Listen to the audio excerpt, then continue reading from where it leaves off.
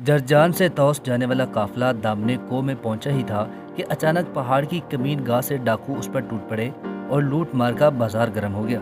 इसी दौरान डाकुओं के सरदार ने देखा कि काफिले का एक नौ उम्र लड़का अपना थैला इधर उधर छुपाने की कोशिश कर रहा है। उसे पकड़कर सरदार की खिदमत में लाया गया। लड़के ने थैला सीने से चिमटा लिया था।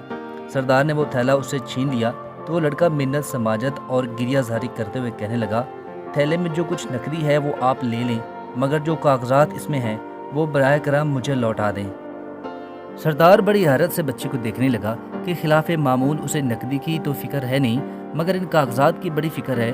आखिर क्यों? जब सरदार ने उसकी वजह पूछी तो बच्चे ने उसे बताया कि इन अवराक में मेरा वो इल्मी सरमाया है जो मैंने बड़े मसाहब झेल कर सफ़र की तलखियाँ सहकर हासिल किया है। अगर ये मुझसे छिन गया तो मैं अपने इस अजीज़ तरीन इल्मी सरमाया से महरूम हो जाऊँगा। सरदार चंद लम्हों के लिए हैरत में डूब गया। फिर उसकी आवाज़ उभरी, साहबजादे, वो इल्म किस काम का जिसको मेरे जैसे डाकू ले उड़े? हम तो ये सुनते आए हैं कि इल्म वो दौलत है जिसे कोई चुरा नहीं सकता। ये कहकर उसने थैला बच्चे की जानब फेंक दिया। उसकी बात तो ख़त्म हो गई, मगर इधर बच्चे के दिलो दिमाग में एक हलचल सी मच गई। सरदार के अल्फाज बार बार उसके जहन में गूंज रहे थे कि वो इल्म किस काम का जिसको मेरे जैसे डाकू ले उड़े।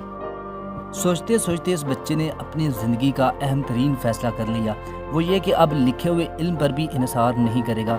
जो कुछ सीखेगा उसे करतासो कलम के हवाले करने की बजाय दिलो दिमाग में नक्श करेगा। नौ उम्र लड़के के इस फैसले ने उसकी ज़िंदगी का रंग ही बदल डाला और फिर ज़माने ने इस बच्चे को इमाम गज़ाली रहमतुल्लाह अलैह के नाम से पहचाना, जो इल्मो दुनिया का दरकशंदा सितारा बनकर आज तक जगमगा रहा है।